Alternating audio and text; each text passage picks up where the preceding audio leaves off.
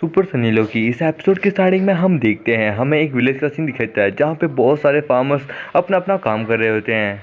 फिर हमें एक फार्मर को दिखाई देता है जो कि अपनी खेती काट के इकट्ठा करके कहता है कि आहा आज तो मज़ा ही आ गया। वो अपनी अपनी फसल को अपनी टोकरी में इकट्ठा कर रहा होता है। तभी हम देखते हैं सामने से यून फैमिली का बटलर और उसके साथ कुछ बंदे आ रहे होते हैं। वो जो यून फैमिली का जो बटलर जो होता है वो उस बंदे की उस टोकरी को लात मारता है। वो कहता है आखिरकार मेरे सामने कचरा किसने रख दिया। जो फार्मर होता है वो उस पर चिल्लाता है। वो कहता है अबे साले तू है कौन, तेरी हिम्मत कैसे हुई आखिरकार मैं इन सभी सब्जियों को इस तरह ठोकर मारने की, तू होता कौन है और तू यहाँ पे ये क्या कर रहा है। ये सुन के यून फैमिली का बटलर कहता है मेरे सामने बोलने की तेरी हिम्मत कैसे हुई, इन सभी को बड़ी कुत्ते की तरह मारो। और वो जितने भी यून फैमिली के जितने भी आदमी जो होते हैं वो उन सभी को यानी उन सभी फार्मर्स को उन सभी गाँव वालों को बड़ी कुत्ते की तरह मार रहे होते हैं। ये सब कुछ हमारी यून की जो मेड जो होती है वो देख रही होती है। वो कहती है अरे नहीं यून फैमिली वाले तो ये बड़ा बुरा कर रहे हैं, मुझे इस बारे में जल्द से जल्द यंग मास्टर को यंग मिस को जाके रिपोर्ट करनी होगी। फिर तभी हमें हमारी मेन कैरेक्टर किंगशी को दिखाया जाता है। किंगशी कहता है कि कुछ दिनों बाद यहाँ पे इलेक्शन शुरू होने वाले हैं इस सिटी में, इसलिए मुझे जल्द से जल्द जाके जितना उसके पब्लिक का सपोर्ट चाहिए और इस बारे में सबसे पहले जाके मुझे अपनी वाइफ को यानी यून को बताना चाहिए। और फिर वो तैयार होके अपनी वाइफ से मिलने के लिए चला जाता है। और फिर हमें यून को दिखाया जाता है जो कि बाहर हॉल में होती है यानी बाहर ग्राउंड में होती है अपने घर में। वो अपनी तलवारबाजी की अपनी कल्टीवेशन की प्रैक्टिस कर रही होती है। और फिर अभी हमारा किंगशी वहाँ पे दीवार तान के वहाँ पे आ रहा होता है यून से मिलने के लिए। उसे देख के यून कहती है डार्लिंग जरा संभल के आराम से उतरना। किंगशी कहता है अरे धीरे धीरे आराम से, अपनी आवाज़ थोड़ी धीरे रखो। पास आता वो तो डार्लिंग जरा आराम से धीरे बात करो, यहाँ पे कोई है जो कि एक खुफिया जासूस की तरह हमारे पीछे छुपा हुआ है एक पत्थर के पीछे, जो कि हमारी सारी बातें सुन रहा है, तुम समझ रही हो ना। ये सुन के वो कहती है हाँ मैं समझ रही हूँ, तुम किस बारे में बात कर रहे हो। फिर यून फिर से अपनी एक्टिंग मोड में आ जाती है। वो कहती है कमीने किंगशी तुम यहाँ आने की फिर से तुम्हारी हिम्मत कैसे हुई, मुझे तुमसे नफरत है। में दिखाई देता है ये सब कुछ एक पत्थर के पीछे शाओशू खड़ा खड़ा देख रहा होता है। वो कहता है वाह सच में मेरी यून तो सच में कमाल की है, वाह ये स्ट्रॉन्ग भी है प्लस साथों साथ अब ये अपने हस्बैंड से नफरत भी करती है, मतलब कि उसकी किंगशी के बच्चे से नफरत करती है। इन दोनों के बीच की दूरियां बढ़ती जा रही है, इसमें मेरा फायदा हो रहा है, मुझे मजा आ रहा है। फिर अभी हमारा किंगशी भी अपनी एक्टिंग कंटिन्यू करता है और कहता है कि ओह डार्लिंग तुम्हें पता है ना अब मैं एक होली प्रिंसेस का आदमी बन चुका हूँ, वो मुझसे कितना ज़्यादा प्यार करती है, तो मैं चाहता हूँ कि तुम भी मेरे साथ आ जाओ, हम दोनों हस्बैंड वाइफ हमेशा होली प्रिंसेस के साथ रहेंगे, मैं तुम्हें अच्छे से ट्रीट करूँगा जैसे मैं होली प्रिंसेस को करता हूँ, प्लीज़ मेरे साथ आ जाओ। किंगशी उसकी तरफ हाथ बढ़ाता हुआ कहता है कम ऑन डार्लिंग तुम्हें ज़्यादा हेजिटेट करने की जरूरत नहीं है, फिक्र मत करो मैं तुम्हें अपने साथ ले जाऊंगा।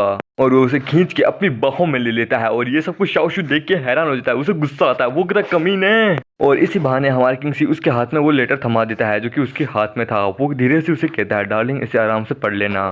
शाओशू को बहुत बोले तो बहुत ज्यादा गुस्सा होता है। वो कहता है तू किंगशी के बच्चे तेरी हिम्मत कैसे हुई मेरी यून को हाथ लगाने की, अभी क्या अभी उसे छोड़।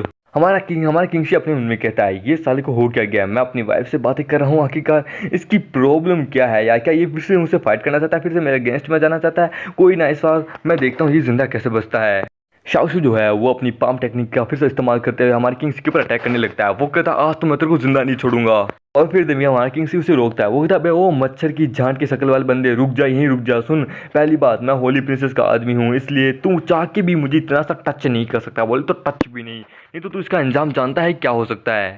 ये सुन के शाओशू कहता है यून तुमने सुना ना तुम्हारे इस एक्स हस्बैंड ने क्या कहा, ये और किसी लड़की का भी अब बन चुका है यानी होली प्रिंसेस का है, यानी ये इसने तुम्हें छोड़ दिया है, ये और लड़कियों के साथ मजे कर रहा है, तो मैं तुम्हें बता दूं प्लीज इसे डिवोर्स दे दो, मैं तुमसे बहुत ज़्यादा प्यार करता हूँ, मुझसे शादी कर लो। सुन के यून कहती है हाँ तो मुझे लगता है, हाँ तो तुम क्या कर लोगे ये मेरी मर्जी है, मेरा डिसाइड। और वैसे भी किंगशी से मैं बहुत ज़्यादा प्यार करती हूँ, भले चाहिए किसी और से प्यार करे पर फिर भी ये आज भी मेरा है, इसके दिल में अभी भी मैं हूँ। पर एज कम्पेयर तुम्हें किया जाए तो तुम्हारे जो बगल में जो कछुआ है ना ये इससे भी तुम ज़्यादा गए गुजरे हो। ये सुन के वो कछुआ भी सोचता है कि आखिरकार ये चल क्या रहा है। वो कहती है कि तुम भी तो अपनी जवानी में पहले इसी तरीके से थे, तुम्हारे लिए तो आज भी बहुत सारी लड़कियां बस एक खिलौना ही है, सिर्फ तुम मेरी कल्टीवेशन से मुझसे प्यार करते हो इसलिए, और यहाँ तक कि मेरी पोस्ट को पाना चाहते हो। एज कम्पेयर अगर तुम्हें किया जाए तो तुमसे अच्छा तो ये जो तुम्हारे बगल में जो कछुआ है ना ये ज़्यादा बेटर है। ये सुन के वो अपने मन में कहता है क्या ये मेरा कंपेरिजन एक कछुए से कर रही है जिसकी मेरे सामने कोई औकात भी नहीं है। फिर तभी वहाँ पे यून की जो मेड है वो भागती हुई आती है। वो कहती है यंग मिस बुरी खबर है, पूरा हुआ। फिर तभी वो मेड हमारे किंगशी को देखती है। वो कहते हैं यंग मास्टर ओ तो आप भी यहाँ पे, क्या आप यहाँ पे अपनी वाइफ से मिलने आए हैं। ये सुन के शाओशू कहता है ओए मेड अपनी औकात में रहे, शायुआन मेरी है समझा ना, आज से मैं तुम्हारी फैमिली का यंग मास्टर हूँ, तुम्हारा यंग मास्टर मैं हूँ, तो तुम मुझे यंग मास्टर बोलो ना कि उसे। हमारा किंगशी कहता है हाँ, तो उसने मुझे बोला यंग मास्टर क्योंकि मैं हूँ, क्योंकि शाही युआन मेरी है, सिर्फ मेरी, वो मेरी वाइफ है, उसके साथ मैंने रात गुजारी है, वो मेरे बच्चे की माँ भी बन सकती है। हाँ तो क्या हुआ, आखिरकार वो मेरी है, समझाना क्या हुआ। तेरे को सुन के गुस्सा आ रहा है, बाबू को गुस्सा आ रहा है, उलुलुलुलु। ये सुन के सच में शाशु को गुस्सा आ रहा है। वो कहता है किंगशी मुझे जबरदस्ती फोर्स मत कर। इसके बाद इन सब चीज़ों से यार हमारे शाही युआन को भी गुस्सा आ जाता है। वो कहती है कि तुम दोनों अब बस करो, समझे।